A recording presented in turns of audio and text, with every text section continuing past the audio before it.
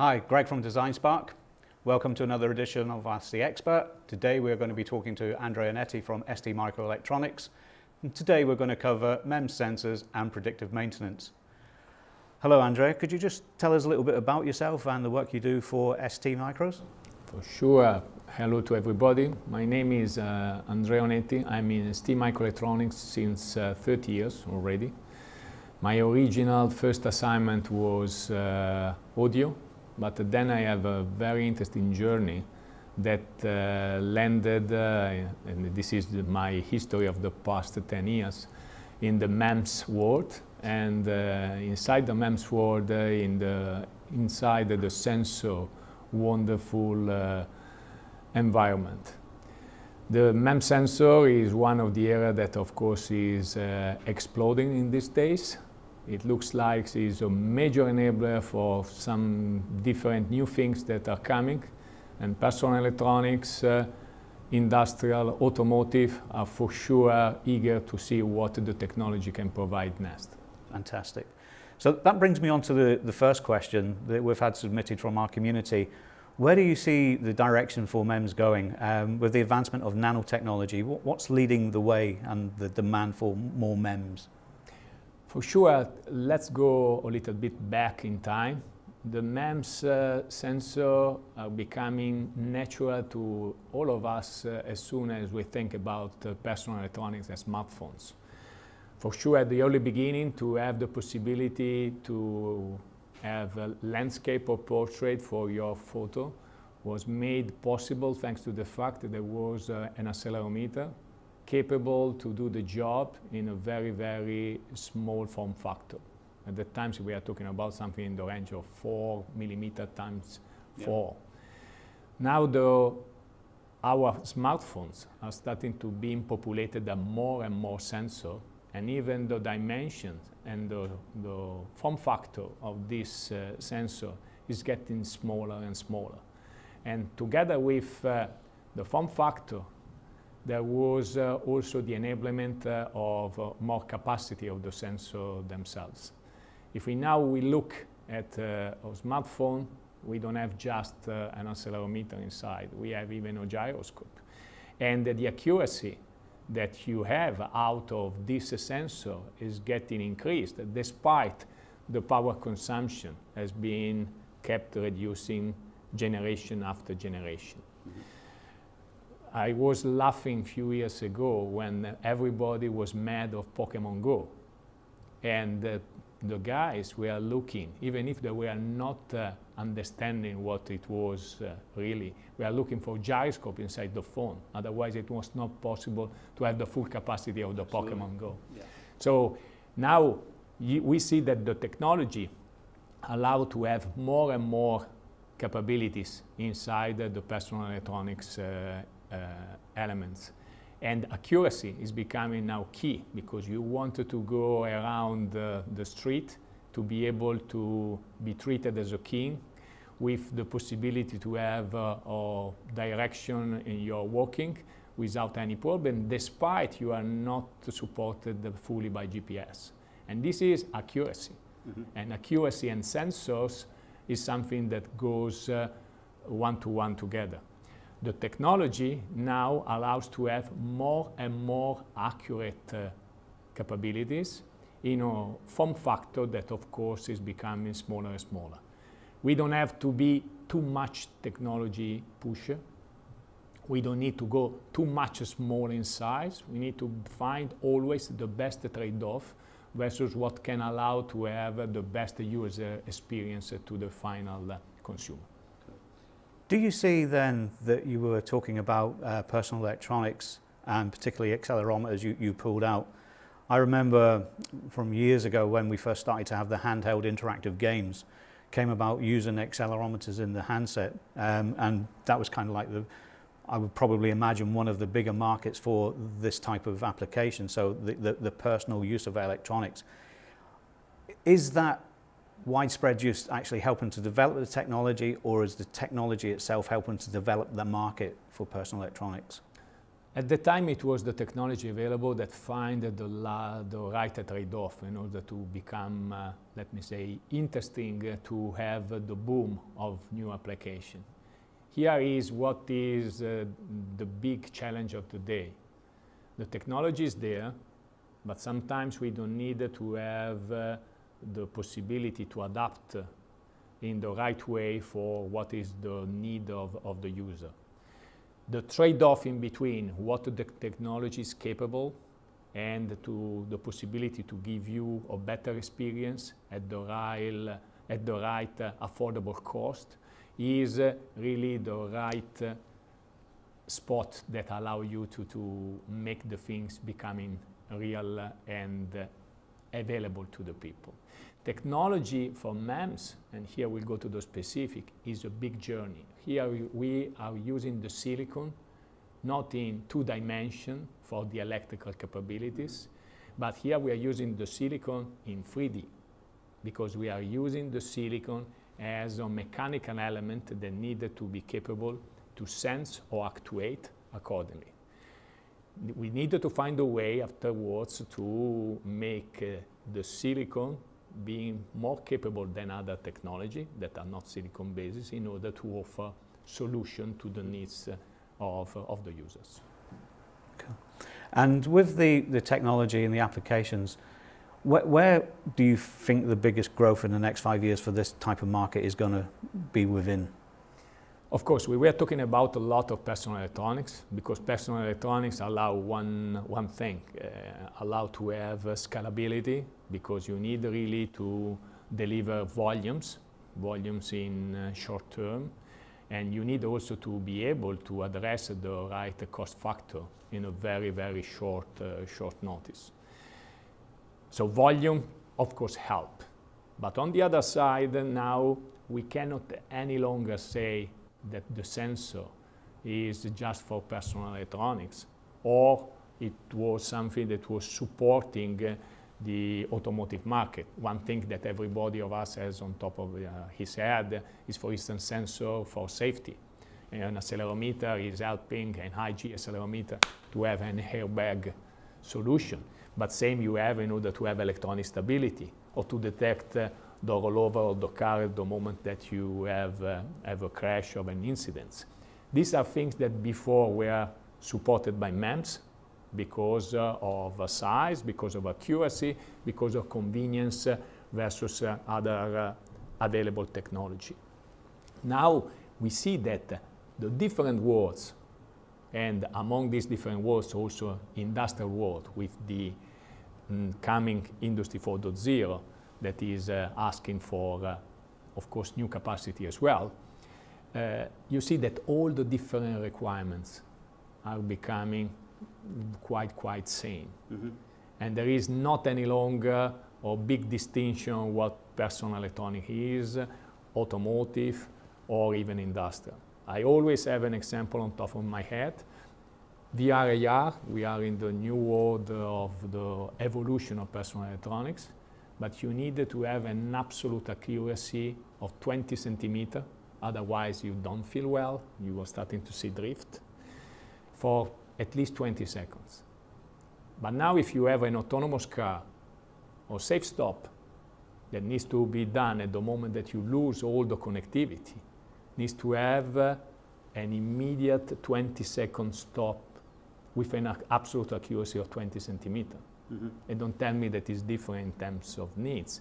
And if in this moment I'm moving to a robot inside an industry line, again, the precision that the robot has is out of range with the current solution. You need to go towards the same limit.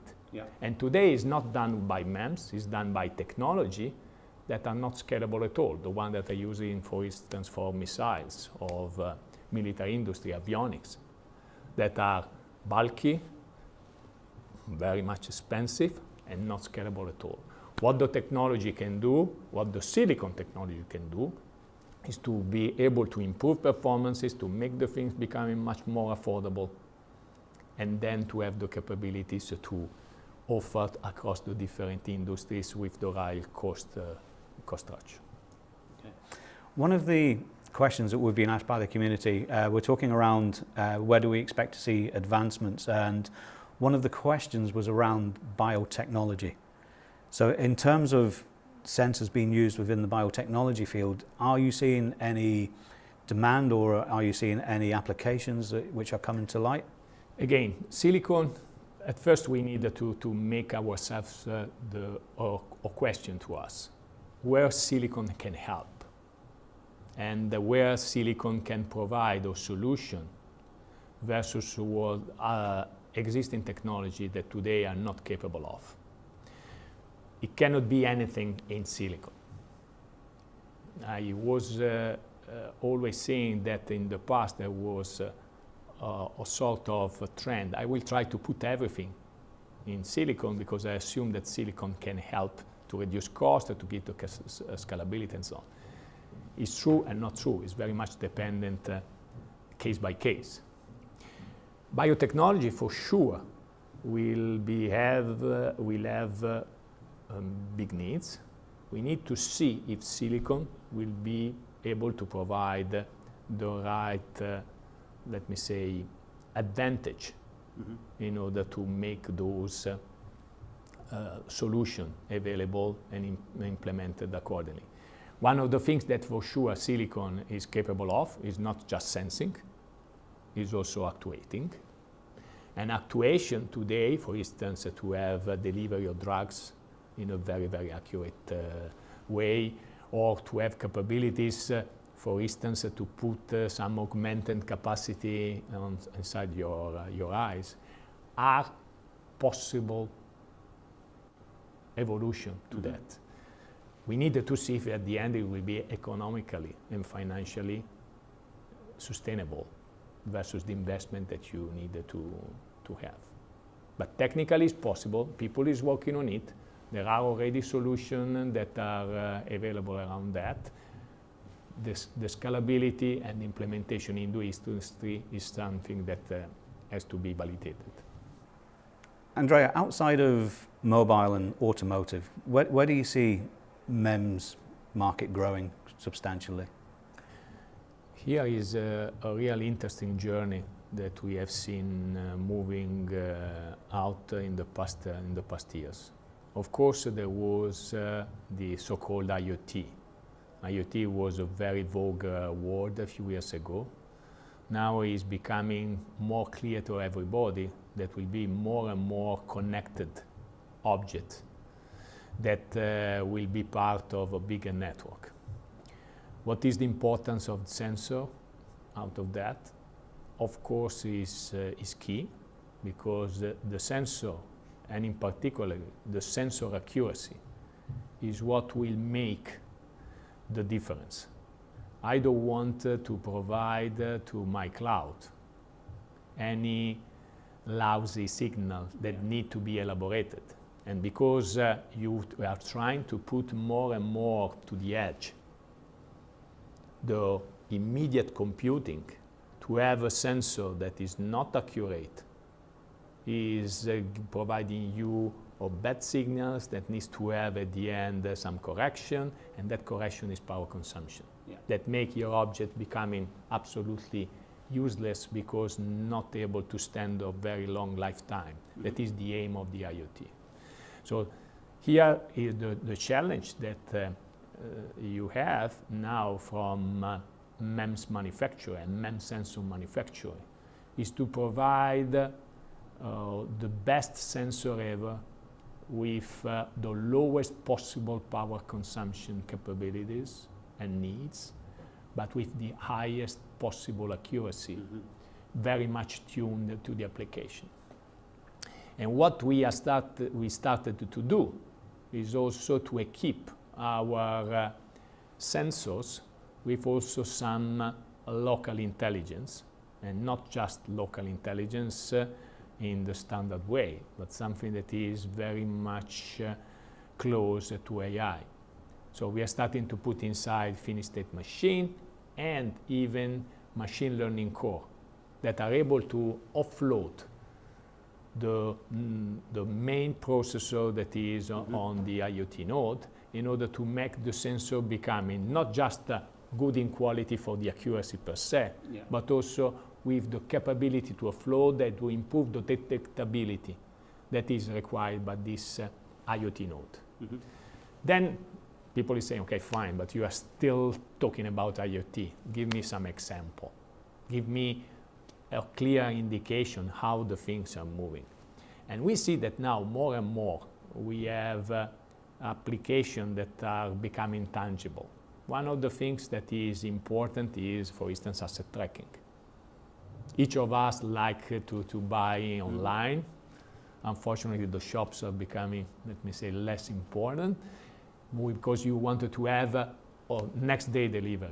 But next day delivery, it implies to have a full tracking of where your goods are, where also to manage the stock, to manage the logistics, and to manage also the quality of the shipment that you have. And here, what you are basically need, you need to have a connected node that maybe is inside each container, is inside each pallet, Yeah. is inside each parcel, with capabilities maybe according to the level of and quality of information you want to have to detect the movement of the object, the temperature stress that has been exposed to, or even the shock, if you are even capable to detect the, of course, the happening of a fall.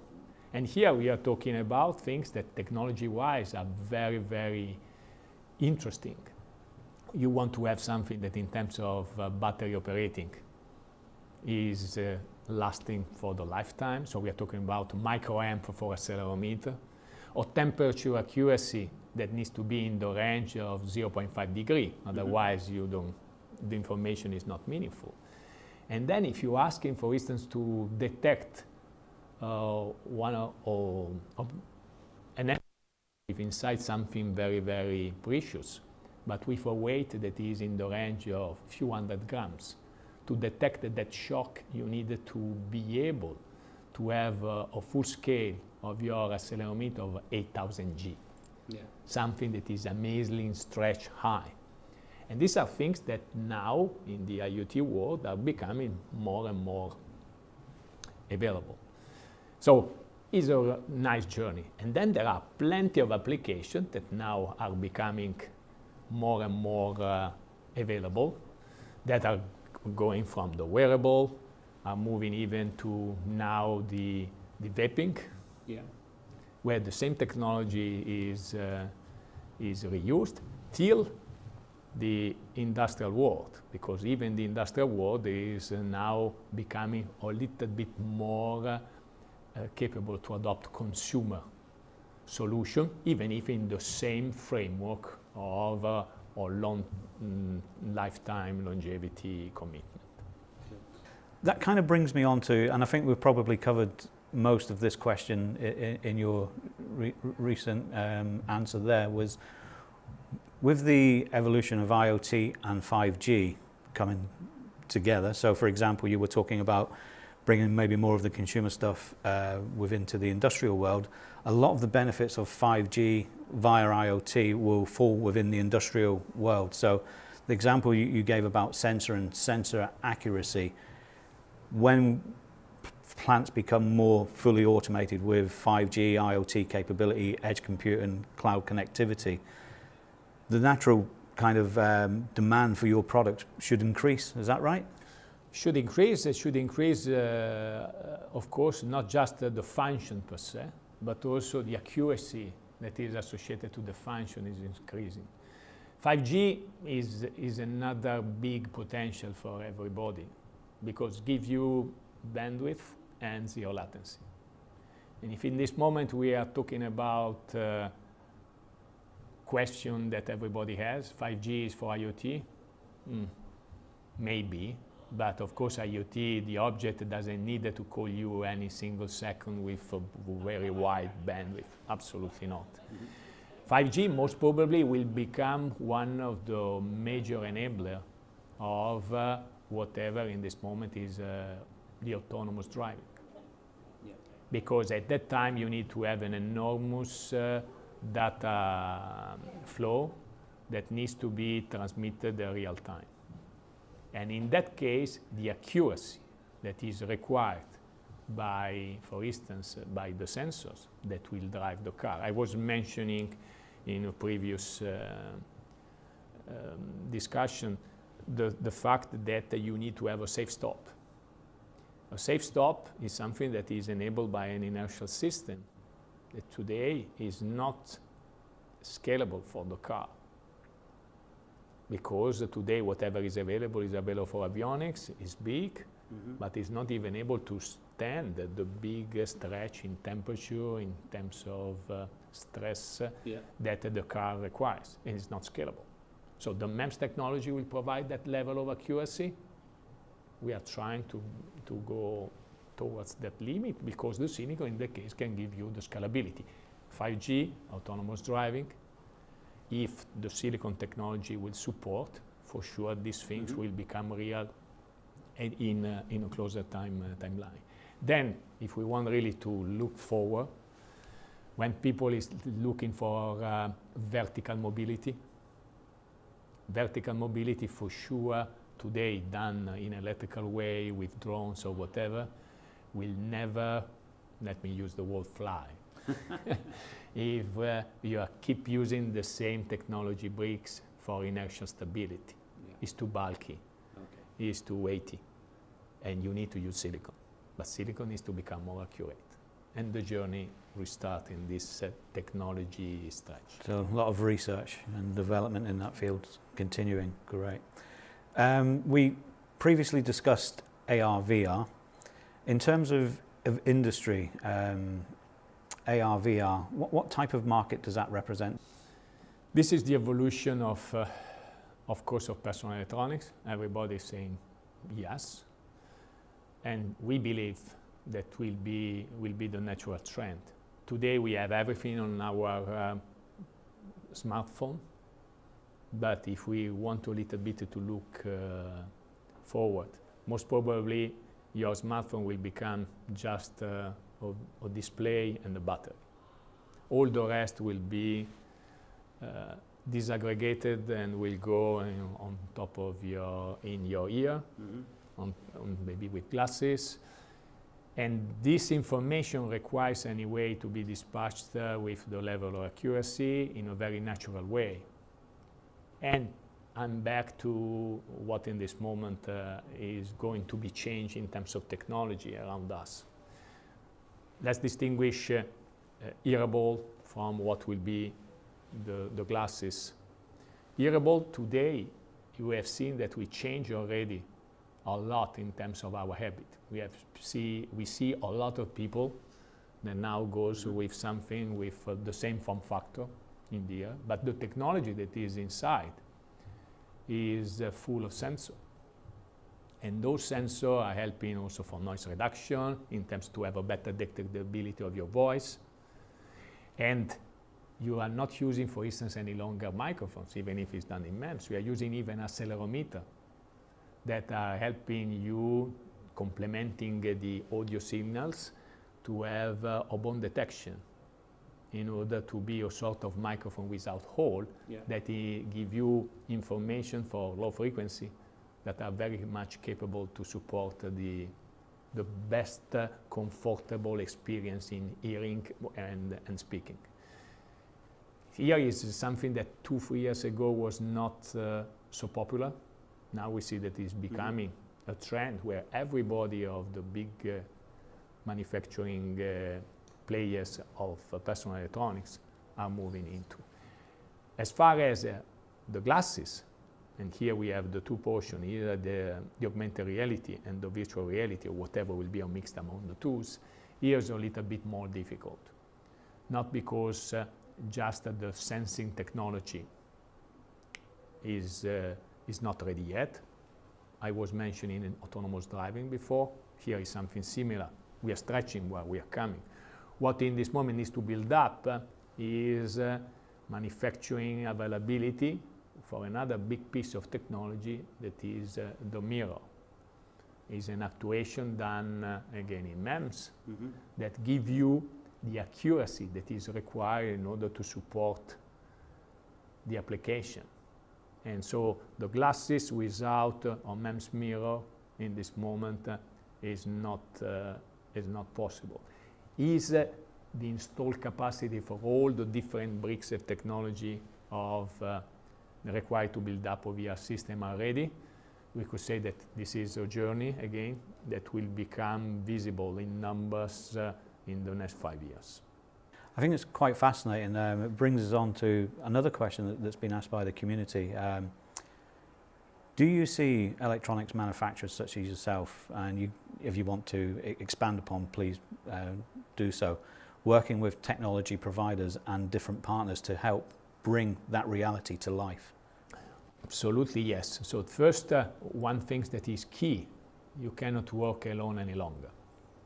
To work any longer, it cannot be. You need to work with who else in the supply chain is there, from the equipment manufacturers to the software provider to any kind of material provider that can help in order to really build up an overall ecosystem to make this technology available and scalable.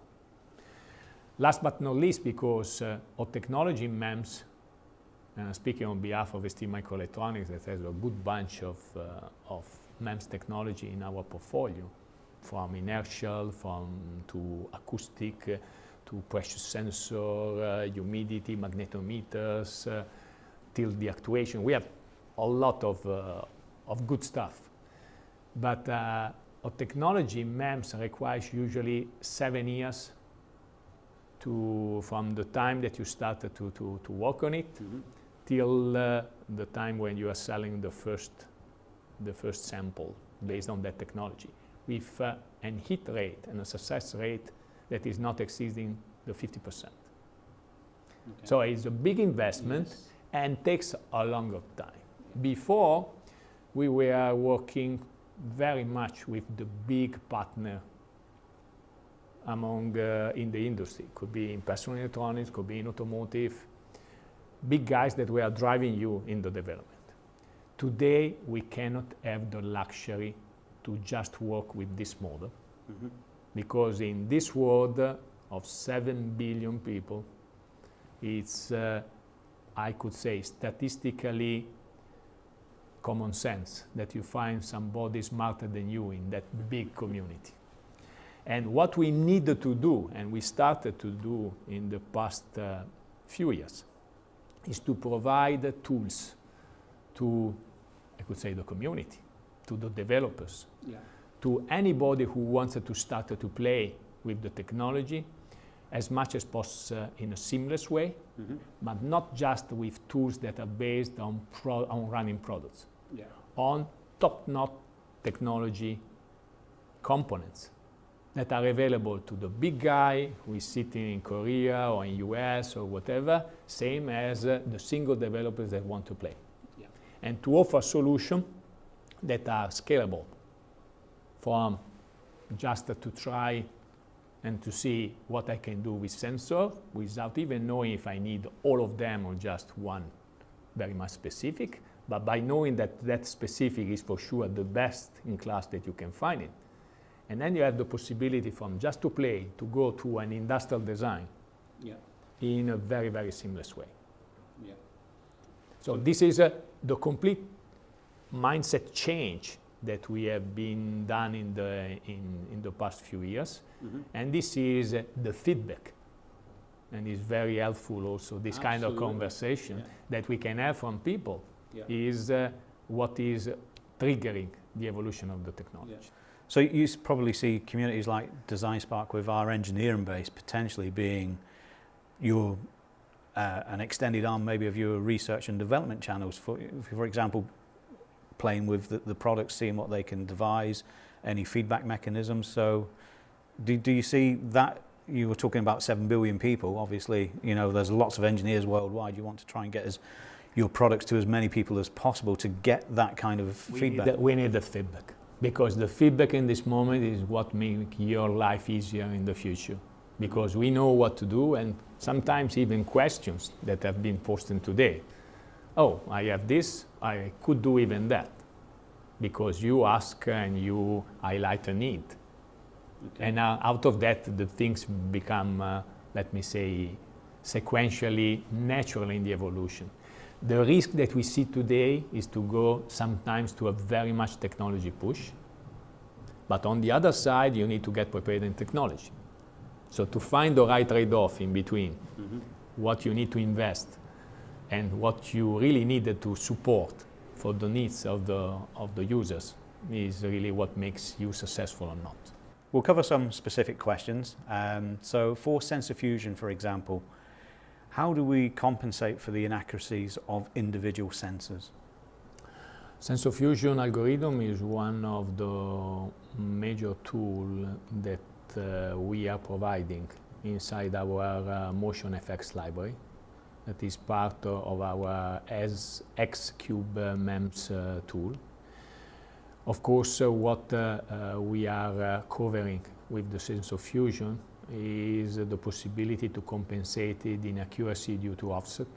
For instance, we can compensate the gyro calibration, or as far as magnetometer, we have the possibility to compensate the hard iron calibration in a quite nice way. As far as noise of the individual component, of course, you cannot do that much as far as with the sensor fusion itself. It's something that is very much relevant to the single component per se. And the noise in that case needs to be characterized at the early stage and in terms of prediction of what your system is requiring of. If you need really something that in terms of noise needs to be very, very good, you always need to consider the possibility to put more than one component in parallel, because the noise at the end can be reduced by the roots of those. So with noise, AWGN simulation programs, do they just actually highlight there is a noise potential there, or do they actually help to provide a solution for noise? Additive white Gaussian noise is used mainly for space communication. There's a good technique for that in terms of simulation. I don't know how much fits with sensor per se, because here you are adding noise and sometimes it doesn't help. I have an example. For instance, if I have a level inside to monitor an infrastructure and to try to understand how much is the environment noise around that, if I should work with a simulation program like that, I'm adding noises and I'm cutting most probably also part of the signal that in this moment could be important to be detected by the sensor per se. Here, what is more important for the sensor itself is again his relevant accuracy and that capability, or in terms of bandwidth and noise to provide the right performances. But is not fitting that much with our component needs. Okay. I think this one is probably more towards the industrial side of things and predictive maintenance. What would be the recommended solution for the effects of motor vibration with accelerometers, etc., gyroscopes? Again, predictive maintenance is one of the big requests of conditional monitoring. Here, one of the things that every manufacturer or machine is looking at is, of course, has the capability to detect what is the level of vibration of his equipment. And once you have characterized that vibration in terms of noise density, in terms of frequency, and so on, you want to be able to detect if there is a deviation. Of course, you are not able today to compensate and reduce the vibration per se. This is not the scope of the predictive maintenance. You need to detect when there is a deviation out of the normal functioning of the equipment. What it was before done you were using, for instance, piezoelectric vibrometer, something that was good, 10 kilohertz, pretty expensive, capable to take any kind of vibration in that intense frequency range, but it was very much expensive. Now what we have seen that by playing with more sensor, all industrial grade, you can find a smart way to solve the same problem as well. And make an example, I can use, for instance, an ultrasonic microphone that is able to detect in the range of tens of kilohertz, the first noise of a motor that is starting to have a vibration and that is not the regular one. Yeah. And meanwhile, if you combine this with a temperature sensor with the right level of accuracy, you are able to combine with a standard maybe vibrometer of 3 or 5 kilohertz, much less expensive than the original piezo 10 kilohertz vibrometer. You are able to detect the same set of information. And here we are back to the beauty of the sensor fusion. When you have a sensor fusion that is capable to combine all the different sensors information that are provided with the right level of accuracy, this helps a lot. Yeah, so for each individual application or potential motor, you would recognize the normal operating parameters through your ultrasonic sensor, and anything deviating from that then flags up that there's an issue and may need to be looked at. Yes, and here is very much also specific machine by machine, motor by motor. And again, what ST is providing is tools to the one who wanted to make easy the characterization of the vibration noise of each his own equipment. Then how to solve, how to adapt, how to optimize, how to enable the solution to your customer, this is something that can be seamless done by the tools that we are providing you. Yeah. So there is a lot of job that now can be required to the equipment manufacturer, because each machine is different one to the other. Yeah. So there is a lot of opportunities to go and make assistance to everybody who wants to find the specific solution to the relevant equipment.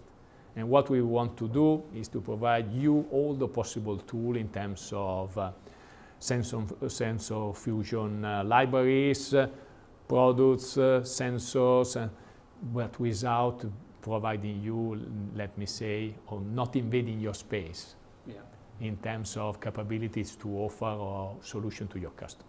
Next question is very specific, so I'm actually going to read this because I just want to make sure that I get the message across in the correct manner. So I will be exploring the use of accelerometers and gyroscopes for two-wheeled upright self-balancing mobile robots. Is there any guidance ST can give for angular measurements required, and how will compensation or complementary filtering help? This is something that is referring to the theory of the classical inverse pendulum, and we recommend to refer to the wide literature around that. For sure, the sensor that ST offers has the right bandwidth and accuracy in order to do the job. On the other side, this is part of also what we discussed before. We don't have an immediate library that is addressing completely the fusion for that. And maybe this is a pick that we take from the discussion of today to complement our offering. Oh, okay. In terms of evaluation tools for microphones and audio device sensors, what tools do you actually have that can support that? So ST is using several tools, and that are including not just microphone, including all the different sensors. Among those, SensorTile.box is one of the most recent launches that we have, where we put all the top notches sensor we have in a very seamless way inside a box, in order to make also the possibility for the user first not to be scared by electronic, by not even looking at that, but also with the big advantage that being a box, you can be also IPX5/6 capable. You can put everywhere. We can start to play with it by working with application on your phone, all connected through BLE, and by having a possibility either to play with applications that are ready to go, to start to make data collection if you want, and then thanks to the fact that this sensor-titled box has 3 different modes, from let me say the dummy to the pro to the expert. You can even go and go to an industrial design directly out of that. So either to play and to see what you can get from the different sensor, either to go through an industrial design. So from prototype to end product? Absolutely. But then you can play. I don't know what to do. I don't know maybe if it could be useful for me here making a washing machine.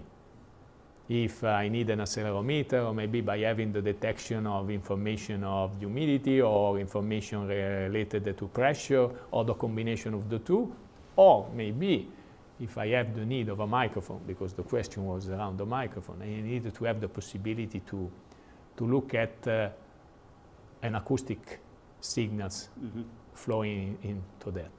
So the microphones, so they have the sensor-titled box. Then we have something that was even prepared before. It was the so-called blue coin. It was basically a combination of an array of MEMS microphone, together again our BLE, out of that the name blue, with the size of a small coin that was capable to really to provide a nice service in terms of sound detection, also taking the advantage of having top port microphones with in array solution.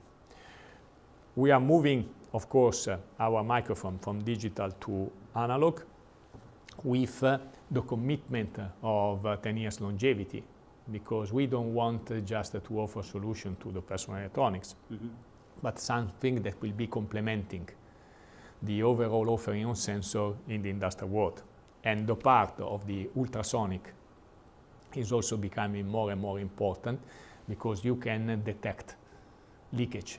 Yes.